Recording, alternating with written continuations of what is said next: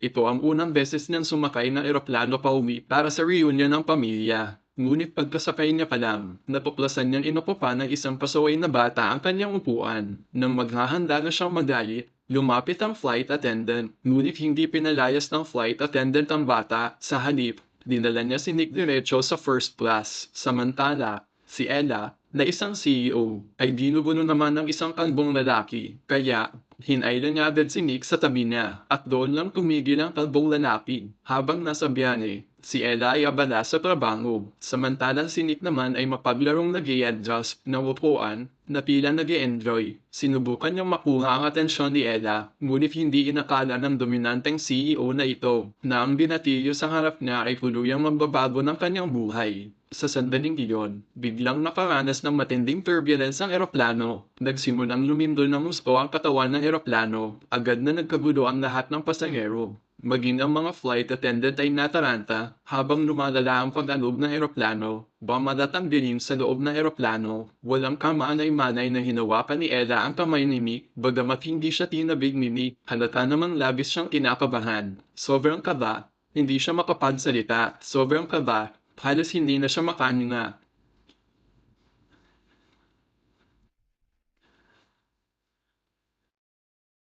O ay isang pelikula na sapat upang ang mga taong nampasapat na po ay mapaisip na umibig muli kahit na panoorin ito ngayon, 30 taon na ang lumipas, hindi pa rin ito nanuluma. Sa wakas, ligtas na nakarating ang eroplano sa destinasyon. Habang pinapanood si Ella na nag-iimpake at aalis na, sa wakas ay nagtanong na si Nick ng pangalan niya.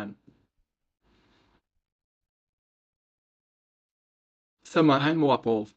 Habang nakatitig sa papalayo na likod ng Diyosa, na puno ng panghihinayang ang kanyang puso, napakadaling at napakalakas niya. Samantalang siya ay isang ordinaryong empleyado lang. Sa sandaling iyon, siya, hindi sinasadyang nakita niya ang USB drive na naiwan ni Ella sa salin. Agad niyang inalis ang seatbelt at bumabol palabas. Gayunpaman, si Ella ay napasakay na sa kotse ng kanyang kaibigan at umalis ng mabilis. Kinabukasan, pumasok si Ella sa kumpanya ng may kumpiyansang lakad. Ang kanyang aura ay nagpilit sa lahat na bigyan siya ng ngiti ng paghanga, ngunit sa likod niya, pinupukso at kinuputsa siya. Tinatawag siyang matandang babae na walang alam sa romansa. Hindi naman pinansin ni Ella ang mga chismis na ito. Nakatuon lang siya sa paggawa ng mahusay sa kanyang trabaho at sa pagiging susunod na editor-in-chief ng magazine. Ngunit ang hindi niya inaasahan ay ibinigay ng boss ang posisyon ng editor-in-chief kay Jonah. Nagulat at nalito si Ella sa desisyon ng boss. Malinaw na siya ang pinakamay kakayahang gumanap sa pampuling iyon. Ngunit ang sumunod na sinabi ng boss ay nagpalungkot kay Ella. Ipinaliwanag ng boss, bagamat mas mababa ang kakayahan ni Jonah kaysa kay Ella, mayroon siyang masiglang personalidad at maganda ang pakikisama niya sa lahat ng kasamahan sa kumpanya. Bukod pa rito,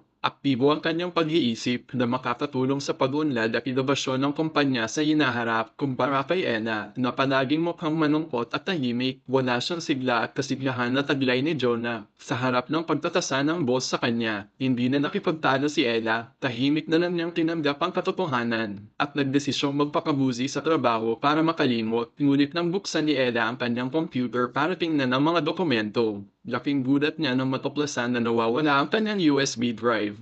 Sa gitna ng matinding pag-aalala, hindi sinasadyang nakita niya sa screen ng computer. May isang papel na nakadikit. Sabi sa papel, may lalaking naglatid ng isang bagay sa kanya ngayon. Ngunit abala siya noon. Pagkatapos, nagmamadaling tinawagan ni Ella ang numerong nakasulat sa papel. Ngunit si Nick ay nagpapakasaya kasama ang kanyang mga kaklase sa isang bar. Tuwang-tuwa siyang ibinigay kay Ella ang address ng bar. Hindi nagkatubili si Ella at nagmadaling pumunta sa bar. Ito ang unang beses niyang pumasok sa ganito kagunong lugar. Pero isa lang ang nasa isip niya, ang makuha agad ang USB drive at bumalik sa trabaho. Ngunit wala kay Nick ang USB drive, kaya kailangan ni Ella na samahan si Nick pauwi para kunin ito. Pero nang lumabas si Ella ng bar, nagulat siya. Isang luma at kupas na pink scooter ang nakita niya. Sa harap niya, hindi niya inakala na gagamitin niya ang kakaibang sasakyan ito kasama si Nick para umuwi.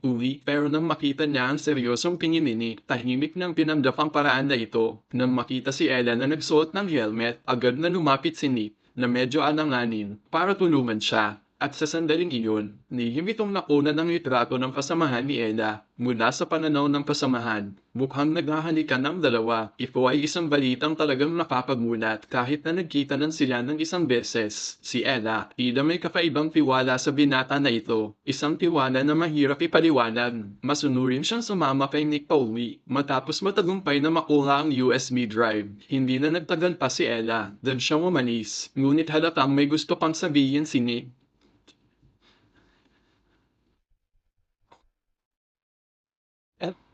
I am going to sponsor that your metals.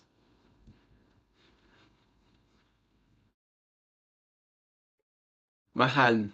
Ang pagtanggi ng Diyosa ay parang isang panunuya na tumusok ng matindi sa sensitibo at marupok na puso ng binata, ngunit hindi inakala ng binata kahit sa panaginip niya na hindi magtatagal at siya na mismo ang hahabol sa kanya. Sa araw na iyon, pumasok pa rin si Ella sa kumpanya na may kumpiyansang tindig. Pumasok sa kumpanya, ngunit ang mga kasamahan niya ay nagbubulungan sa isang tabi at maging sa kanilang mga mata, may kakaibang pagpingin na hindi maipaliwanag. Narito si Ella.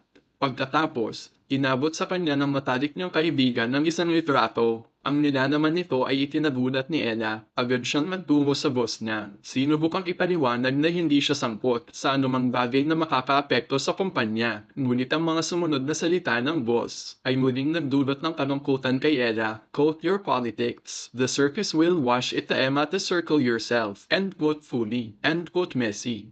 Like a group teaching Philippine, like Dennis Clay or better Daisy behavior, SP Jim. Tulala si Ella sa kinatatayuan niya, hindi mapakalma ang sarili sa loob ng mahabang panahon. Ang pagtataksil ng dating asawa niya ay nagdulot sa kanya ng kawalan ng tiwala sa pag-ibig. Matapos ang diborsyo, siya ay naging isang 38 taong gulang na single mom. Ngayon, ang buhay niya ay umiikot ng sa anak at trabaho. Kaya hindi na naisip kailanman ang tungkol sa kanyang sariling buhay pag-ibig. Pumiling siya ng tulong sa kanyang matalik na kaibigan. Pinayuhan siya ng kaibigan na magsimula na ng bagong relasyon. Sa ganitong paraan, hindi lang siya magkakaroon ng kapareha, kundi mabibigyan din niya ng kompletong pamilya ang kanyang anak at maging sa trabaho. Maaari siyang mabilis na umangat pag-uwi niya. Nilapasan niya ang volume ng speaker. Muli siyang uminom ng red wine na matagal na niyang hindi natikman. Habang nakikinig sa nakakaantig na musika, binuksan niya ang kabinet na matagal nang hindi nadadalaw. Sa sandaling ito, may nabubuong baliw na desisyon sa loob ni Ella. Baliw na desisyon. Binitawan niya ang dating imahe ng pagiging matapang na babae at nagsuot ng damit na puno ng alindog. Kusa siyang nagtungo sa paaralan ni Nick. Sa sandaling lumabas siya, biglang ang grupo ng mga binatilyong ito ay nagkagulo. Hindi inasahan ni Nick na kusang pupunta si Ella sa eskwelahan para hanapin siya. Grabe, sigurado. Ang swerte, parang gusto kong kunin ang number niya. Aba, si Madam, ang ganda. Kaya ba natin yan?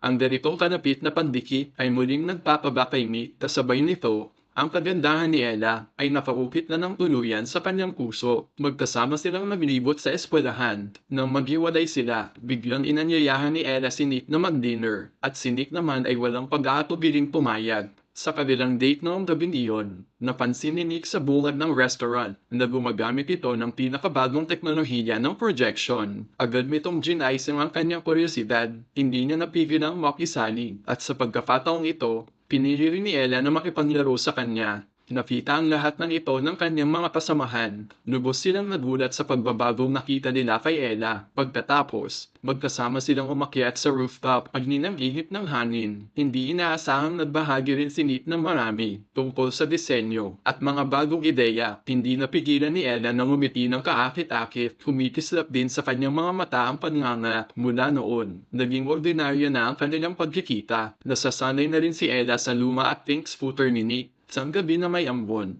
biglang nakatanggap ng tawag si Ella mula sa kanyang ate upang bigyan si Ella ng pribadong espasyo. Sadyang lumayo si Nick pero hindi niya pa rin nakalimutan na protektahan siya mula sa hangin at ulan. Ngunit hindi alam ni Nick na sa kabilang linya, inaayos ng ate ni Ella ang isang blind date para sa kanya. Sinabi niya kay Ella na ito ay isang match na sadyang pinili para sa kanya, hindi lang matagumpay sa karera, at ang mas mahalaga, hindi raw nito inaalintana na may anak si Ella. Apurahang pinilit niya si Ella na umuwi na agad dahil sa matinding pangangailangan. Napilitan si Ella na magsinungaling kay Nick. Sinabi niyang nagkasakit ang kanyang anak, kailangan niyang umuwi agad. Pagkarinig nito, agad na sumugod si Nick sa gitna ng kalsada at pinara ang isang taxi. Sa sandaling iyon, ang mukha ni Nick ay hindi na mukha ng isang inosenteng binata, kundi ng isang responsableng lalaki. Lumitaw din sa mukha ni Ella ang isang ngiti ng kasiyahan. Pag-uwi niya, mabilis na sumunod si Ella sa daday ng blind date. Ang lalaki ay nakakatuwa at mayaman. Talagang isa siyang perpektong mapapangasawa. Gayunpaman, ang puso ni Ella ay patuloy na binabagabag ng imahe ni Nick. Ang kanyang ekspresyon ay tila balisa at hindi sigurado, kaya't ang blind date na ito ay nakatakdang magtapos sa kabiguan. Ngunit hindi ito idalintana ni Ella, unti-unting uminit ang damdamin nila ni Nick. Magkahawak kamay silang pumunta sa fashion show. Dito nagtipon ng maraming big boss ng fashion industry. Paulit-ulit siyang pinadalahanan ni Ella na huwag maglilikot, ngunit nang makita niya ang isang modelong natamba at walang tumulog.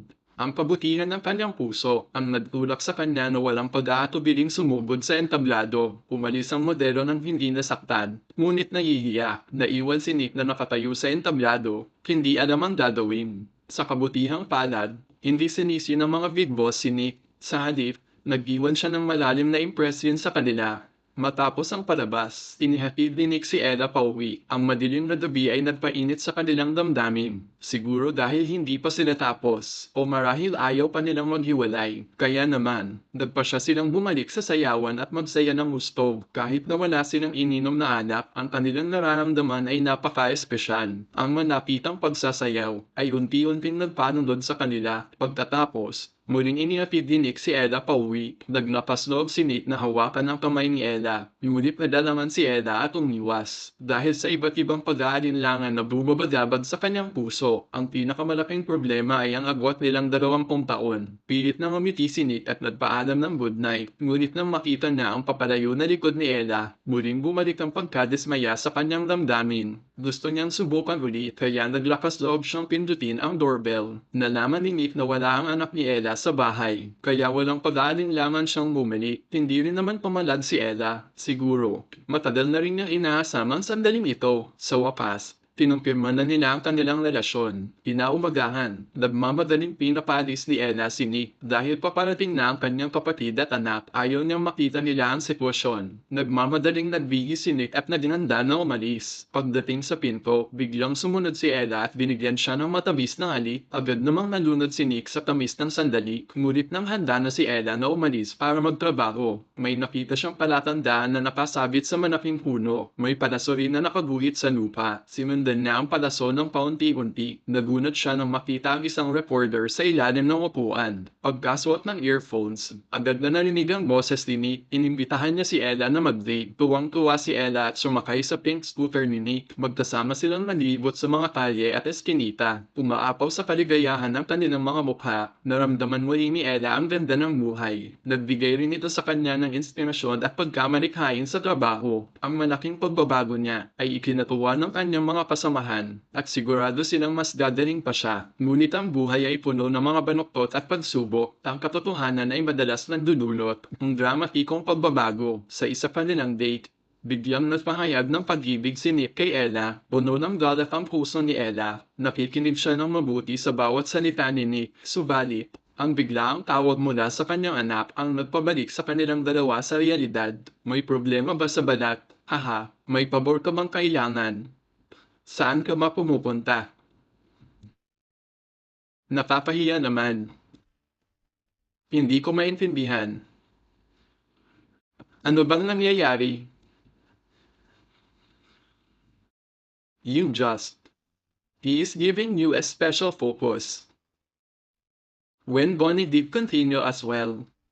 Sa sandaling iyon, napipisini, hindi na kailanman naisip ang mga praktikal na problemang ito at hindi siya makapagbigay kay Ella ng tiyak na sagot. Sa muli, walang magawa si Ella kundi umalis. Siguro, Ang hindi naman kita pa ang pinaka-ideal na katapusan. Mula nang maghiwalay sila ni Ella, tuluyan nang nanugmok si Nick sa kalungkutan. Araw-araw siyang nagkukulong sa bahay, walang koneksyon sa labas. Tila nawalan siya ng sigla sa buhay. Si Ella naman, hindi rin naiba, na-stop ang kanyang trabaho. Isang araw, dumating ang malaking kliyente para pumili ng estilo ng larawan. Ngunit hindi sila makahanap ng larawang nakakasya. Sa hindi inaasahang pagkakataon, ang boss, napansin si Nick sa wallpaper ng computer ni Ella. Agad siyang nagpasya na si Ella ang kukuha kay Nick para sa photoshoot ng ad. Bagamat sinubukan ni Ella na tumanggi, direkta namang pumayag ang kanyang boss. Nagbabanta pa siyang nagbabala kay Ella na kung hindi na madadali si Nick para sa photoshoot, siya ay matatanggal sa trabaho. Nasa alanganin si Ella. Wala siyang ibang pagpipilian, kundi ang muling hanapin si Nick at humingi ng tulong. Sa muli nilang pagkikita pagkatapos ng matagal na pagkawala, ngunit hindi na nila maibalik ang dating init ng kanilang damdamin. Ang natira na lang ay ang pagkailang at paglayo sa isa't isa. Kahit na may pagdutol si Nick sa kanyang kalooban, pumayag pa rin siya sa photoshoot na ito. Umaasa siyang sa pagkakataong ito, mababawi niya ang puso ni Ella. Ngunit hindi na inaasahan habang nakikipag-usap sa kaibigan ni Ella, hindi sinasadyang nalaman niya ang isang nakakagulat na sikreto. Ang lahat pala ng ginawa ni Ella sa kanya noon ay para lang sa kanyang promosyon sa trabaho. Agad na bumagsak ang puso ni Nick, ngunit para mapanatili ang huling dangal ni Ella, hindi na ito diretsong kinompranta. Sa halip, sa harap ng maraming tao, mariin na itong hinalikan. Siguro ay para ilabas ang sama ng loob niya, o siguro ay para ipahiya si Ella sa publiko. Ngunit sa sumunod na shooting, ang walang kabuluhang pag-iinarte ng photographer ang nagpapoy sa kanya. Pakiramdam niya, ginawa siyang katawa-tawa. Ayaw na niyang kiisin ang ganitong kahihiyan. Nagpasya siyang itigil na ang proyektong ito. Nang makita ni Ella na mali ang sitwasyon, dali-dali siyang sumunod.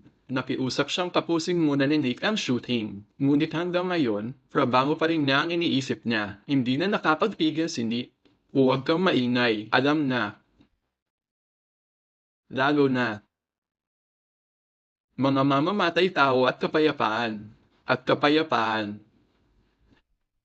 Hindi ko lang pinagkakatiwalaan ang pangalan ko, Michelle. Ngunit nang lumingon siya, nakita niya ang boss ni Ella na nakatingin lang at nanunood. Biglang napigilan si Nick para siyang batang may nagawang mali. Dahil sa sandaling iyon, hindi pa rin niya sinasadyang isipin ang papakanan ni Ella. Sa pag-alis ni Nick na puno ng pagkadismaya, nakaramdam si Ella ng matinding pagsisisi at paninisi sa sarili. Pagkatapos nun, nawalan pa rin ng trabaho si Ella dahil sa insidenteng ito, nawala rin ang sarili niya. Ngunit sa ganitong kalagayan lang, niya narinig ang tunay na tinig ng kanyang puso habang pinapanood niya ang iba na nakasakay sa pink scooter. Hindi niya mahanap ang sa kanya. Nakasabit pa rin sa puno sa labas ang lumang karatula, punit nawalan na ito ng panaso. Nawalan na ng direksyon. Pagkatapos, tahimik na kinuha ni Ella ang recorder. Sa sandaling narinig niya ang boses ni Nick, nakaramdam siya ng seguridad na hindi pa niya nararanasan. Sa sandaling ito, naunawaan niya, siya ay lubos na, umibig sa lalaking mas bata sa kanya ng 20 taon. Ayaw na niyang hayaan ang mga hadlang ng realidad,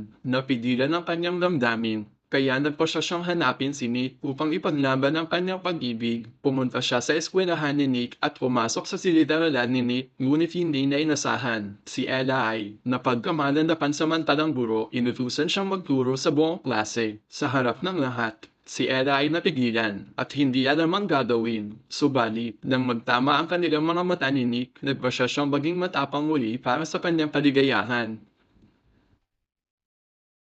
Ang ginawa ay napakaganda.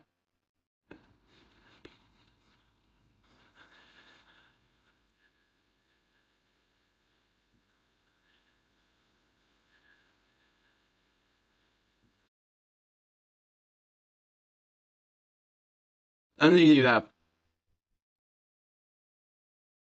Para sa iyo. Bilang tugon, buong tapang siyang humalik sa sandaling iyon. Walang pag-aalinlangan niyang pinalikuran ng edad at mga pagpigil ng lipunan. Buong tatag niyang niyakap ang pag-ibig na lubos niyang minamahal. Minsan, ganyan talaga. Hindi mo inaasahan. Sa gitna ng magulong dagat ng mga tao, nakita natin ang taong pinakabagay sa atin. Hanggat nag-aapoy pa rin ang pag-ibig sa ating puso, dapat tayo maging matatag sa pagngabol sa sarili nating kaligayahan.